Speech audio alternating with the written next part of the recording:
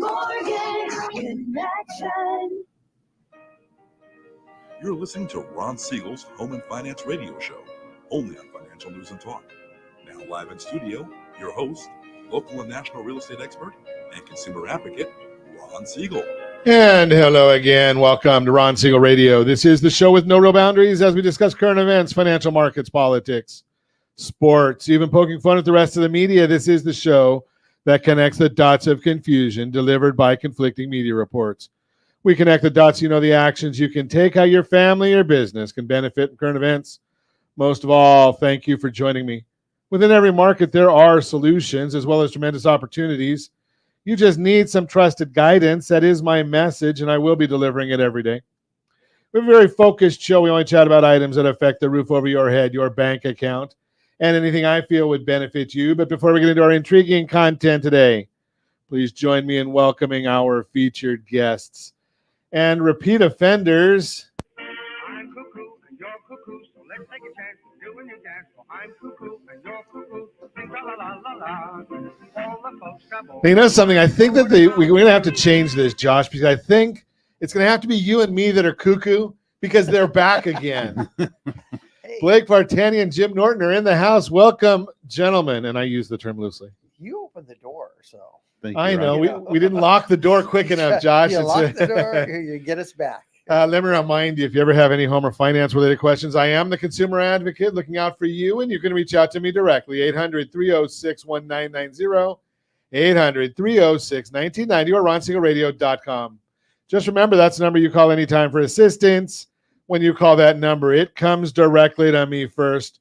There are operators standing by, and if I could figure, we got a new soundboard, and I can't find anything on the soundboard yet, but, you know, I think it's something like Quiet Numbskulls we're broadcasting here is what we're supposed to have heard, but I can't find it. I mean, I'm gonna have to renumber all these. Oh, there it is. Quiet, numbskulls, I'm broadcasting. Yeah, and like I said, I do have a great team when it comes to developing a financing plan, a plan to save you money. I personally work with you, even if you don't have any needs today. Save this number in your phone for future reference. 800-306-1990, 800-306-1990. Let's see, are we celebrating today? Of course we're celebrating today. We celebrate every day on Ron Siegel Radio. What are we going to celebrate? You know, Josh, I didn't see this one before. You know, we might have to do a little adapting on the fly here, because I've beaten anorexia, and today's Take Back the Lunch Break Day. I didn't know anybody took it away from us. But, you know, that would be a bad news if somebody tried to take my lunch away. Let's take a look. National Pralines Day. Okay, that's better. We're getting into some candy here. And brings us to the question of the day. What's your favorite candy? As long as it's not moving, I'm happy. Favorite? You guys have favorite? What is a praline? It's a little nutty candy. With pecans in it, right? Yeah, it's No, got... is it? It's not a nut itself. No, it's not a nut itself. It's a Obviously type of a not. candy that. Okay, so it's a sugar. It's a made from nuts, whole in pieces or ground sugar syrup. May also refer to any chocolate cookie containing the ground powder of nuts.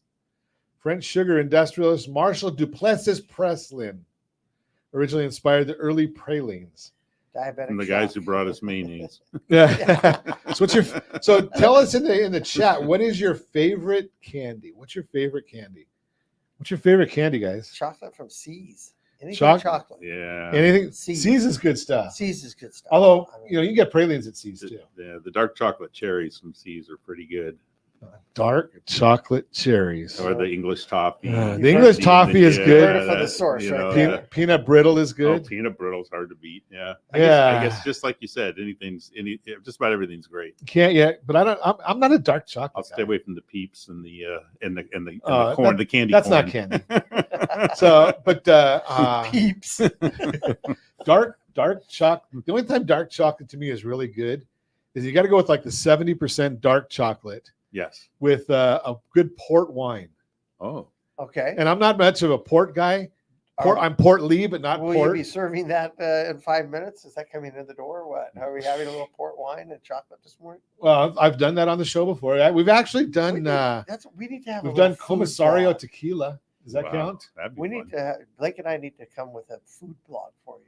We'll A come food next- blog. Yeah, next time we'll come with tequila. Josh, you didn't put Tequila your is a favorite food. candy in there, Josh. You don't have one? What? Come on now. Snickers. Mm. No, well, Snickers. That is the candy bar right Yeah. there. Nerds, huh? Okay. That's.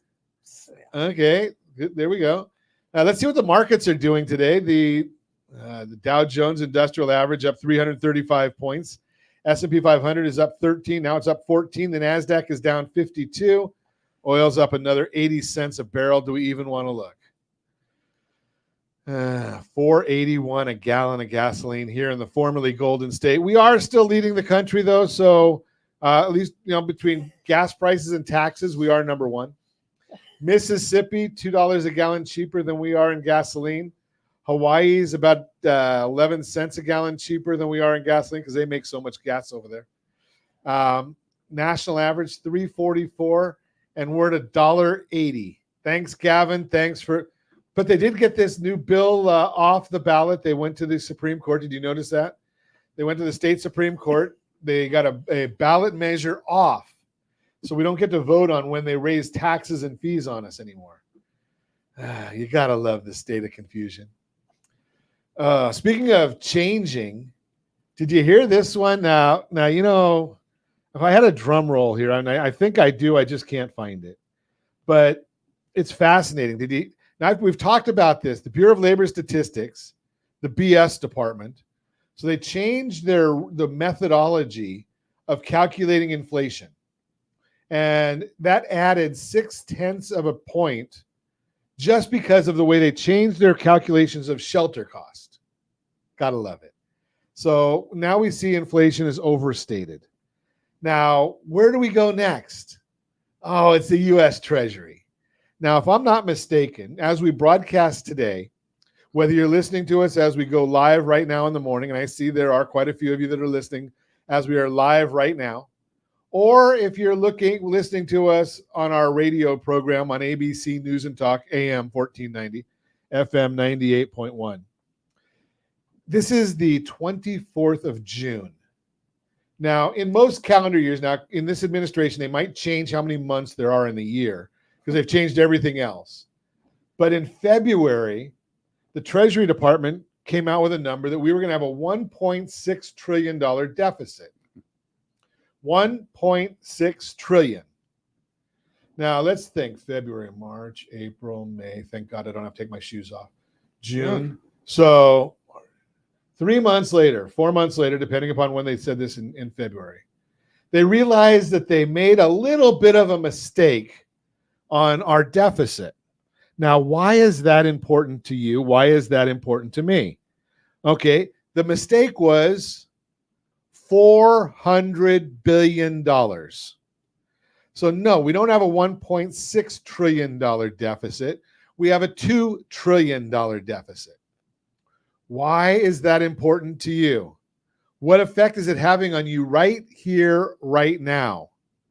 We're going to talk about it when we come back. You're listening to Ron Siegel Radio, discussing your real estate, current events, and the financial markets. When we come back, also, housing market forecast, what's ahead for the second half of 2024. How do home buyers find solutions to their concerns around interest rates? What does an election year mean for housing? We'll talk about all that and more. You can reach me anytime. Off-air number 800-306-1990, 800-306-1990, or ronsiegelradio.com. Facebook.com/Ron Siegel Radio. And if you miss any part of our broadcast, Ron Siegel 1 on YouTube. Ron Siegel, the numeral 1 on YouTube. Stay tuned. We'll be back in just a few. Confused about the home buying process? Or curious how much you really know about buying a home? Take the First Home IQ quiz to test your understanding of buying a home. Created by the nonprofit First Home IQ, this 5-minute quiz will give you a score, what you missed, and why. Take the quiz in 5 minutes at rsrlinks.com/FHIQ and find out what you need to know about buying your first home.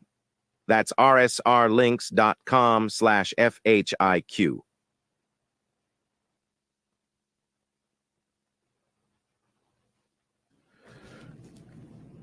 Welcome back to Ron Siegel Radio. Within every market, there are solutions as well as tremendous opportunities.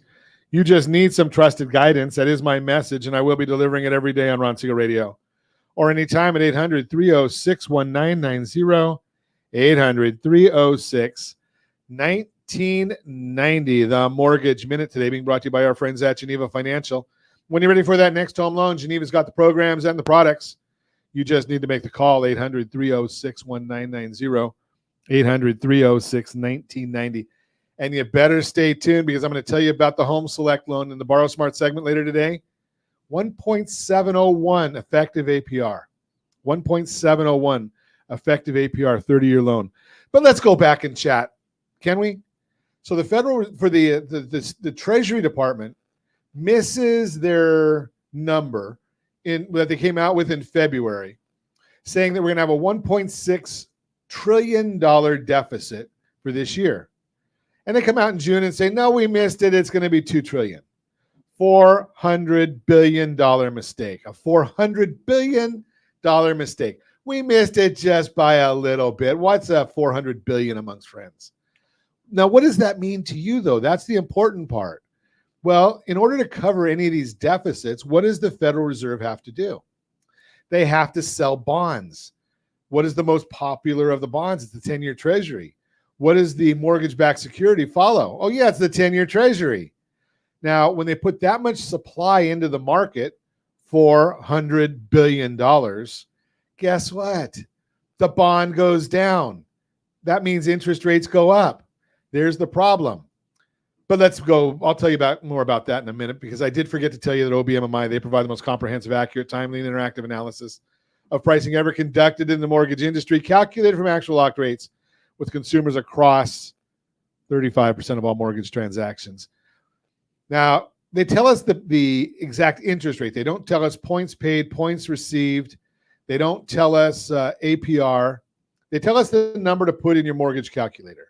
If you don't have a mortgage calculator, ronismylender.com, ronismylender.com, great app, if I do say so myself. And it costs you absolutely nothing. What did the rates do on Friday? Let's see if I've got those in a manner I can see them. Of course we do, because Josh put them on the screen for me. They were down a little bit on Friday. Almost all of them were down on Friday. So we've got the 30-year conforming, 6.848. We've got the 30-year jumbo, that was 7.198. 30-year FHA, 6.68. The USDA loan, rural areas, generally no down payment. That one was up a little bit, 6.816. VA, that was down, 6.393. Love seeing the VA loan go down so much. What are the markets doing today? Let's take a look at that one as well. And we've got the S&P 500 up 14 points this morning. The 10-year Treasury that I was just talking about, well, that's up 2 basis points. And the mortgage-backed securities up 1 basis point. They're pretty flat. We're not going to see a whole lot of changes in those until we see what the PCE report looks like at the end of the week. That's what's going to drive this. But again, I caution you, when you hear all this garbage that's coming out of Washington, the BS report, which is almost every report that comes out of the Bureau of Labor Statistics, right? You can't trust any number that they say. They're all wrong. And they tell us they're wrong. We find out they're wrong when they give us their revisions or when the Census Bureau says, oh, you missed your employment numbers by 680,000. We lost jobs. We didn't gain jobs. But I digress. So Austin Goolsbee, not a voting member of the Federal Reserve this year. He votes next time. He's the Chicago Fed president. Says the policy is restrictive. That means you should probably reduce the rates a little bit, huh, Austin? They talk about the idea here that the quit rate, these are people that are quitting jobs. Why? Because somebody offered them a better job. Oh, wait, that went down from 2.6 to 2.2%. Job openings. That was at 12 million open jobs. Now it's at 8 million. Yeah, the president says this is doing good. Of course, he's at Camp David, doesn't realize that the world is still going on. Yeah, is he the one that left the G7 conference to go to a fundraiser and sent Kamala instead? I digress. Wage increases are slowing down. Everything in the economy is slowing down. And here's a statistic. And again, It's one that nobody will tell you. Let me know if you ever hear this statistic anywhere but on Ron Siegel Radio. Historically, every time going back to about the 1960s, when we go into a recession, they look at the numbers and they say, if we look at the lowest point of the unemployment during that time period that we have that recession, and if we're down, when we get to 0.5 higher, I'll use numbers, it's easier to understand. If unemployment gets in this cycle to a 3.4%, if we get to 3.9, add a half to it. If we get to 3.9, then historically, we are either in a recession or we're within 3 months of a recession. Where are we now? So in this cycle, we got down to 3.4% unemployment. Now, if you believe the numbers, because they haven't all been revised yet, we're at 4%. That's 0.6 above. Now, the Federal Reserve doesn't tell us this. Powell won't say this, that we're in a recession. He doesn't want anybody to know that. I told you we went into it in October. That was even before we got the garbage stuff coming out of the Treasury Department. But just look at the numbers, do your own research. And I'm going to share with you something that I wholeheartedly believe now, and I'm going to share it. If you're getting your news and your information from any sort of a free source, you're getting exactly what you paid for. Go to ABC, NBC, CBS, MSNBC, Hee-Haw, the Cannabis News Network, any of them. You're not getting legitimate news. You got to go to sources that you're paying for the news, because then they don't have to deal with corporate leadership. They don't have to deal with corporate sponsors. You're getting real information. Just throw that out there for you. That's the Mortgage Minute, brought to you by our friends at Geneva Financial. When you're ready for that next home loan, Geneva's got the programs and the products. You just need to call 800-306-1990, 800-306-1990. Good morning, Bobby Joe. Glad to have you with us this morning. So, being that, I study history and I studied economics over at Chapman College. Wasn't a university back then. And they drilled into us the definition of economics. We study the past to better understand the present in hopes of forecasting the future. Well, the beauty of having Blake Vartanian with us is he lived through all that past stuff. So when I talk about stats that happened in the 40s, 50s, 30s, right? He was here then. He didn't So study it. He was it. exactly. Oh, And he comes back for more every God. month or so. That's Good morning. Are we ganging up on him? Yeah. Well, I remember back in the Washington administration. Did you have accurate information then, at least? No. Didn't have accurate information then either. No. Okay, so, right now, obviously, we've got the debate coming up on Thursday night. I don't think it's going to be much of a debate when the parties can't talk to each other. Is it a debate, or is it just two guys standing on stage hoping that they can make it through? Yeah, Well, but somehow- answering the same question or something. Yeah, I'm not sure how the debate. If there's no interaction, is that really a debate? No. I mean, when you look at many of the elections, as we learned in history through the 1800s into the 1900s, many of them were just food fights, right? They were just throwing, name calling each other and insulting each other. And We still do that. I know, that's what I'm saying. We haven't really advanced that far. If we actually took the time to get into the actual things that matter, most of us want to know that we can have an enjoyable life, that we can, create income streams for our children so that they can have a life, and that we're leaving something kind of legacy for our grandchildren that shows them a path. And so, I always look at it, for many of us, we were taught you went to work at 11, 12, or 13, possibly as a paper boy, possibly doing mowing somebody's lawn.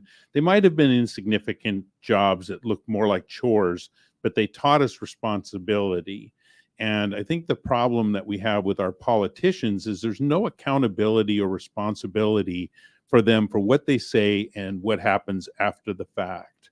And so they I always say there's a lot of guys in Caltrans who retired having built those 100-foot on-ramps onto the 5 freeway, where you had to accelerate from 0 to 60 in 100 feet to be able to merge onto the traffic. And those kind of ramps are now outdated, but every once in a while you'll find yourself on one, and and you think, okay, there's not enough on ramp here to get up to speed.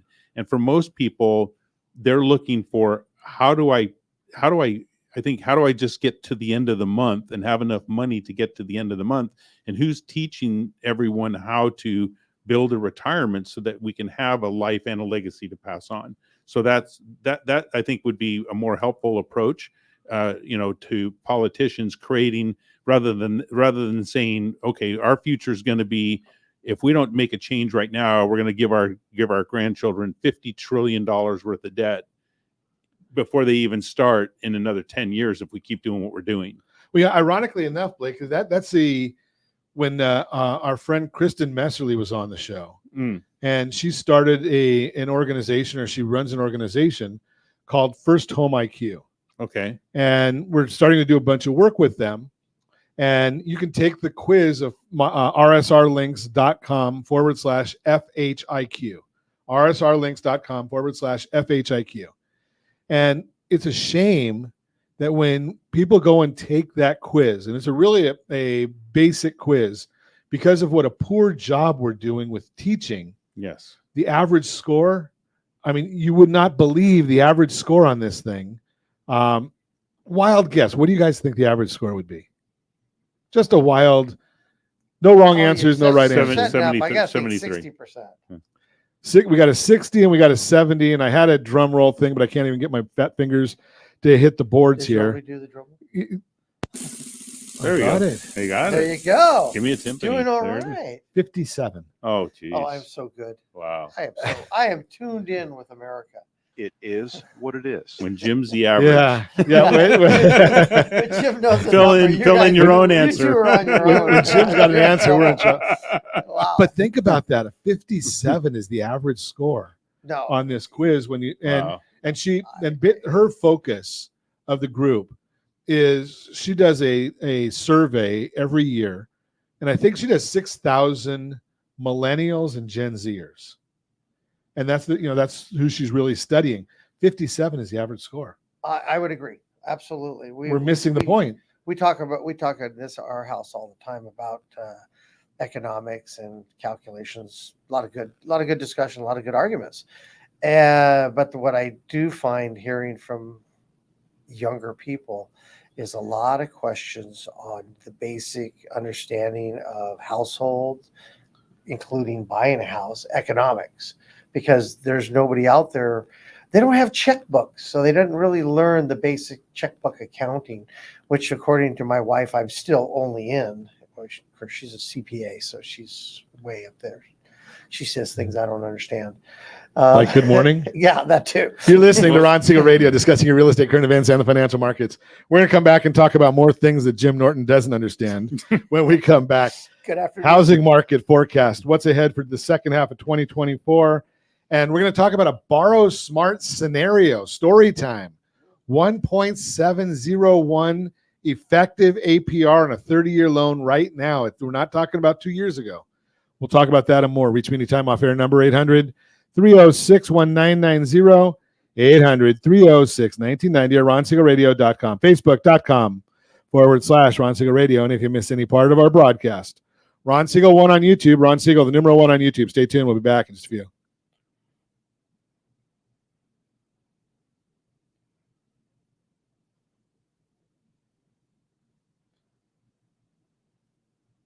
Hey there, friends. Wondering if now is the right time to buy a home, or are you waiting for a bunch of foreclosures? The facts speak loud and clear. Defaults and foreclosures are down, sure. We might be headed towards a recession. But did you know interest rates typically drop and real estate values often go up during a recession? So what are you waiting for? Higher prices or higher payments? Don't navigate these waters alone. Connect with RonSiegelRadio.com today. That's RonSiegelRadio.com. Welcome back to Ron Siegel Radio. Within every market, there are solutions as well as tremendous opportunities.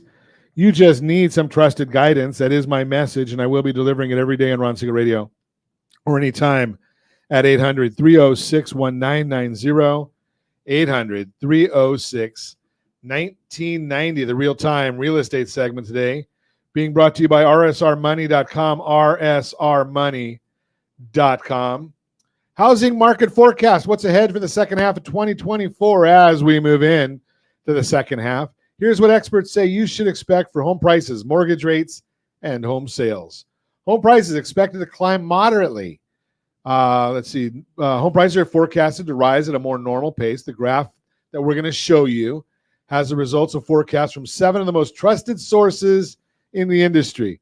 Obviously, if you're watching us on RonSiegelRadio.tv, any of our socials, or the ABC News and Talk AM 1490 video feed, you're seeing that we did Fannie Mae, the Home Price Expectation Survey, Mortgage Bankers Association, Goldman Sachs, National Association of Realtors, Zillow, Freddie Mac, and we did not put the Bureau of Labor Statistics on there. But we do have an average. The reason for continued appreciation, the supply of homes for sale. Jessica Lotz, Deputy Chief Economist at the National Association of Realtors, NAR, explains, quote, one thing that seems to be pretty solid is that home prices are going to continue to go up. And the reason is that we don't have housing inventory, unquote. While inventory is up compared to the last couple of years, it's still low overall. And because there aren't enough homes to go around, that'll keep upward pressure on prices. If you're thinking of buying, the good news is you won't have to deal with prices skyrocketing like they did during the pandemic. Just remember, prices aren't expected to drop. They'll continue to climb just at a slower pace. So getting into the market sooner rather than later could still save you money in the long run. Plus, you can feel confident. Experts say your home will grow in value after you buy it. I will share with you that I noticed last week that the home builders have now said that they're going to start slowing the pace of new homes of what they're building.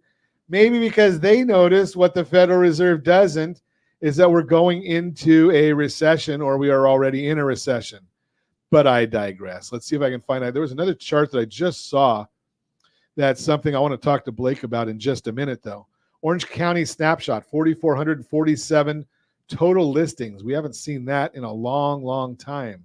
Mortgage rates forecast to come down slightly. One of the best pieces of news for both buyers and sellers is that mortgage rates are expected to come down a bit. According to Fannie Mae, the Mortgage Bankers Association, MBA NAR, they're saying June 2024 that by the fourth quarter, they should come down maybe another 0.25%. We'll see. When you buy, even a small drop in mortgage rates can make a big difference in your monthly payments. For sellers, lower rates will bring more buyers back into the market, which can help you sell faster and potentially at a higher price. Plus, it may help you get off the fence if you've been hesitant to sell due to today's rates. Home sales are projected to hold steady for 2024. The number of home sales will be about the same as last year and may even rise slightly. Another graph, 2024 home sales forecasts from Fannie Mae, MBA, NAR, to the 4.8 million homes that sold last year. Average of the three forecasts, about 5 million sales in 2024, a small increase from 2023. Lawrence Yoon, chief economist at NAR, explains, quote, job gains, steady mortgage rates, and the release of inventory from pent-up home sellers will lead to more sales, unquote. More inventory available, mortgage rates expected to go down. A few more homes are expected to be sold this year compared to last year. Means more people will be able to move. Let's chat. If you have any questions or need help navigating the market, give me a call at 800-306-1990, 800-306-1990. Be happy to chat with you, put you in touch with a great real estate professional who understands this market. And if you're thinking of selling, why would you ever list your house with somebody that doesn't get your house on TV? We do that for every agent we work with. Just throw that out there. And I'm not a real estate agent. I have a license, but I'm not qualified to use it. But I can put people in touch who do. That's the Real-Time Real Estate segment brought to you by rsrmoney.com, rsrmoney.com. 4,447 homes available in Orange County, Blake. Where were those about 60 days ago at the start of the spring market? It would have been nice to have that many properties to sell for the agents who are working hard and trying to make a living. Didn't you tell me that back that time it was like 1,700 or 1,800? Yeah, it was. It was under 2,000. Yeah. And historically low numbers. And I always look at sometimes the pain points. The question I always ask myself, is this really necessary? Do we really have to do this as a society? Put ourselves in a position where we're compromised by the leadership we put into power. And I look at it and I think sometimes if we just all slow down and think about what do we really want? what do we want to focus on in the end that could help us all as a society? I'm not talking about any one individual, but as a society. It's if we had think about it, if we had 5% mortgage rates, 5.5% mortgage rates, it'd be a pretty balanced market. There would be a normal activity level. The corporate buying of homes would slow down because there wouldn't be the need for, how do I want to say it? The corporate buyers, as you were saying earlier, Jim, at breakfast, in your neighborhood, how many of the homes out of the last 5 sales were sold through corporate buyers? Right, Okay, now you guys got to go back. cash. Wait, you got to step back a second. Yeah. What do you mean by what is corporate buyers? We're simple folks here. Okay, I defined it. I define a corporate buyer as an entity of investors, whether it's private investors or whether it's a publicly traded investment company. But basically, we're not talking about the home being sold for a family to grow up in. right. We're talking about somebody that's buying it to either they have a pool of money, and they're buying the home for either a fix and flip or put it into their rental pool. And Okay. then they're they have some program set up that they're either going to keep it for so many years, then they pull the value and then move it out. But you come up to a certain level of capacity where that program works. But what we're saying here is that basically the corporate buyer is coming in at the same time that a private buyer is coming in. And if the agent doesn't do everything that Ron Siegel says every day, get your approvals, get this in line, you're going to get beat out by a corporate buyer that basically lays down cash and says, I'll take it and I'll do it in 15 days. I don't really care about anything else. So that's that cash buyer that everybody's worried about. That's even more so because cash buyer still is going, a cash buyer individual that is going to live in the house wants to know what the house is going to be like, wants to know what's the condition, et Does a cetera. corporate buyer care? The corporate buyer, for the most part, doesn't care. They're just going to, fix it. And if it's a fix and flip, I mean, most people fix and flips today are painting, Are those out there? Are people still flipping properties? Yes. Really? Yes. Because you look at it and you say, okay, how does the fix and flipper compete with the guy the guy or gal that's buying it for their own use? Because they have cash and the person wants to sell, make it easy, make it quick, and gone. Okay. That's I mean, the old saying, cash is king. Cash is still king. What would you rather do? Sit in this world? I think Blake just explained. It's a world of uncertainty economically right now. Would you rather say, okay, I want to sell this house. I want X amount of dollars. I'll take a little bit less to have it all done behind me in 15 days. Okay, rather than say I'll wait and take a little bit more and drag it out for 2 months. Yeah, dragging it out 2 months, that's a long time. Right. But if I get $100 for cash or $110 and I have to wait 15 days for a loan or 20 days for a loan, I think I'm taking that $115 or $120. Well, if you can get it. Yeah. But it's for right now. Because I'm still seeing a lot of people being outbid on properties. There's a number that is saying, there's a number of people saying yes to you, and there's a number of people saying yes the other way. Sure. To the corporate. So with the amount of houses being so small in terms of availability on the market, it's a bigger play than you think. It comes into play. So what are your thoughts though? I mean, because Jim and I have been around for many decades. Blake's been around for a couple of centuries, right? And you did start in the last century, right? That's fair. Okay. More than fair. More than fair. So how does this market?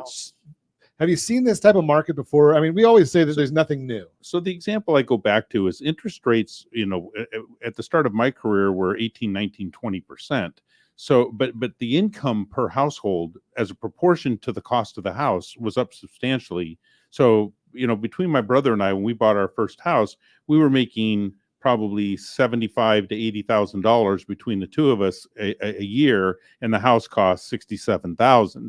Today, that same house in California would sell for probably $1.2 million to $1.3 million, and the average household income is probably 200 to 225,000, and that's where the rub is, right? Is that incomes have So go back on kept- your first house. Yeah. It was, how much was the house? 67,000 with a 10% down payment, and about at that time we bought it in 79, so it was about a 11.5% blended rate. No, I wouldn't want to do that. But what I wanted to know, and what were you and your brother earning combined? Combined about 80,000 a year, so about 40,000. So the each. house was about 85% of what your income was, Yes. give or take. Yes. And now the house is 4 times. 600%. Yeah, There you more go. than what you're making. 600% of what you're making. So, you hear, because I'm sure you hear the same thing that I do, where people are coming out and they're saying, well, yeah, but you made more then, or the times were different then.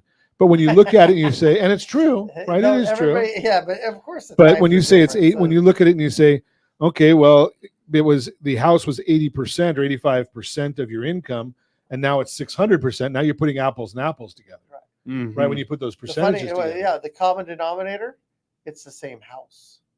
If you look at the progression of development in Orange County and how some of these cities, in Orange especially, where we're sitting today, it was built it was starting to be built up around the 60s. You're now talking about a 60-year-old, almost a 70-year-old house.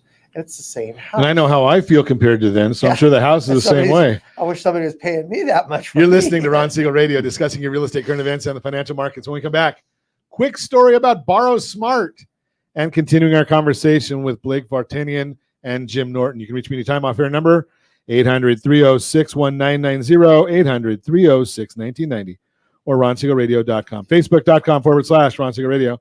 And if you miss any part of our broadcast, Ron Siegel 1 on YouTube.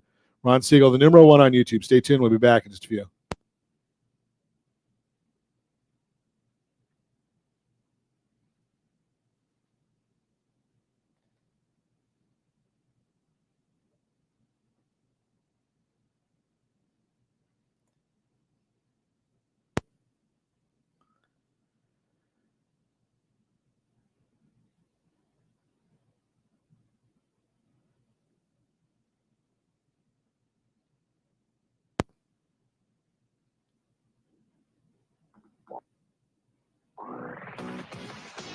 Ron Siegel Radio.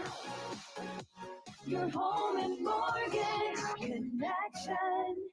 Confused about the home buying process? Or curious how much you really know about buying a home? Take the First Home IQ quiz to test your understanding of buying a home.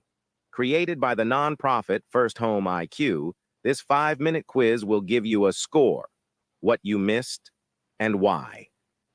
Take the quiz in 5 minutes at rsrlinks.com/FHIQ and find out what you need to know about buying your first home. That's rsrlinks.com/FHIQ. You're listening to Ron Siegel's Home and Finance Show with local and national expert Ron Siegel. Now, here's Ron. Welcome back to Ron Siegel Radio. Within every market, there are solutions as well as tremendous opportunities. You just need some trusted guidance. That is my message, and I will be delivering it every day on Ron Siegel Radio, or anytime at 800-306-1990, 800-306-1990. The Borrow Smart segment being brought to you by rsrnodebt.com, rsrnodebt.com. Story time. So you've heard me talking a lot about the Home Select product from our friends at Geneva Financial. It's a big, big disruptor in the marketplace, and it's something the banks don't want you to know about. Why? Because they don't make as much money. And I don't care about them. I care about you. So I'm going to share with you a little bit of a story here. This is a live scenario. I just did this for a family yesterday, ran it through the simulators from Geneva, and I'm going to share a little bit with you. So this is a family that's getting ready to move, and they've got a job offer letter for $250,000 as their wage. Not a bad number. Thinking about buying a $900,000 house, 20% down, $180,000. So we have a $720,000 loan. Now, if we were to look at this based on OBMMI's Friday numbers, and I rounded it off just a little bit, we're looking at $180,000 at 7% interest versus going with the Home Select product. Again, it is an accelerated payoff program. What do I mean by accelerated payoff? Think about these 4 data points that are probably the most 4 important data points that I'm going to tell you. On the Home Select, the minimum payment drops to $2,435.51 a month from $4,790.18 a month. Principal and interest. I'm not talking taxes or insurance. Those will be the same either way. So it's going to drop to $2,435 from $4,790. The effective interest rate, 1.701 versus 7%. Loan paid off, 6.8 years versus 30 years. Now you got to follow the rules of the program, but not making any extra payments, and you can pay it off in 6.8 years versus 30. And here's the biggie. This is the number that should get everybody else just as excited as it gets for me. I love numbers, and I love to see how we can save people money, or make money. Over time, with the Home Select versus a 30-year mortgage, the family will have an increased net wealth, $3,838,320. $3.8 million more net worth by following the Home Select product with a payment that is $2,300 a month less. Tell me what more you want. If you're not calling and checking on that. The Bureau of Statistics didn't do those numbers, did they? No, it did not come out from the Bureau of Statistics. Sorry. No, you're right. I mean, you have to ask that question, right? These numbers are not coming out of the BLS, because then it would be a BS report instead of the Borrow Smart segment brought to you by our friends at rsrnodebt.com, rsrnodebt.com. Continue our conversation this morning. Blake Vartanian, Jim Norton in the house. So I don't know which one you want to try this one, because I'm going to get in trouble whenever I say, so I'm going to let you guys talk. Get in trouble. Oh, great. What is what do you think this election season, what's going to be the effect of the election season on the housing market? Up to the election or after? Either one. Up to the election, I've said before, is that nothing is going to go on. It's going to be the market is. See, and I expected to. I thought we'd get crickets on that one. There you go. No, crickets. Crickets. I've said before, the rates are going to float around 7 because Powell's not going to move anything. He's not going to cut rates. You could tune in every morning and hope to God that they're going to do it, but no, nothing is going to happen here. No one's doing anything. You are now in July and August. You're in the doldrums of summer. People are on vacation if they can. So if Powell reduced beach. rates, would anybody notice? Pardon? If Powell reduced rates, would anybody notice? They make a big deal out of it. Okay. Both sides. Okay.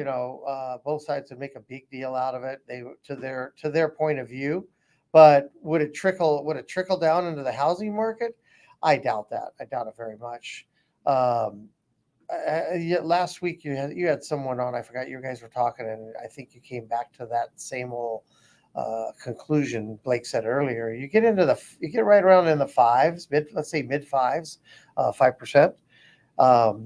The market's going to react to that. People are going to say, okay, it's time to start thinking about what we're going to do, where we're going to move, how we're going to shift.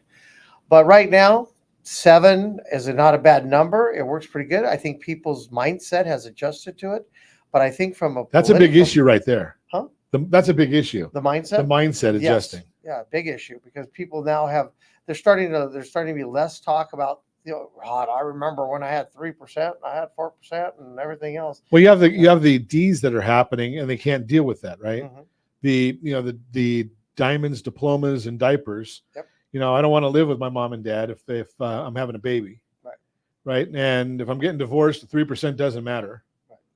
Right. If I die, I'm gotta do something with the properties, right? The family's going to do something with the property. But it's been over a year and a half now. That was March of 2022, wasn't it? It's over 2 years. Yeah, I think it was over 2 years. Yeah. So the mindset of America is settling into 7 and 8, and but 7 is realistic now. You're going in. Nobody wants to kick the hornet's nest right now in the real estate market, which of course is a good thing for when somebody asks you, what's a good time to buy? Right now is a good time to buy because you can go out, you can look at a house.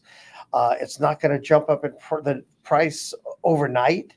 You can make a reasonable deal.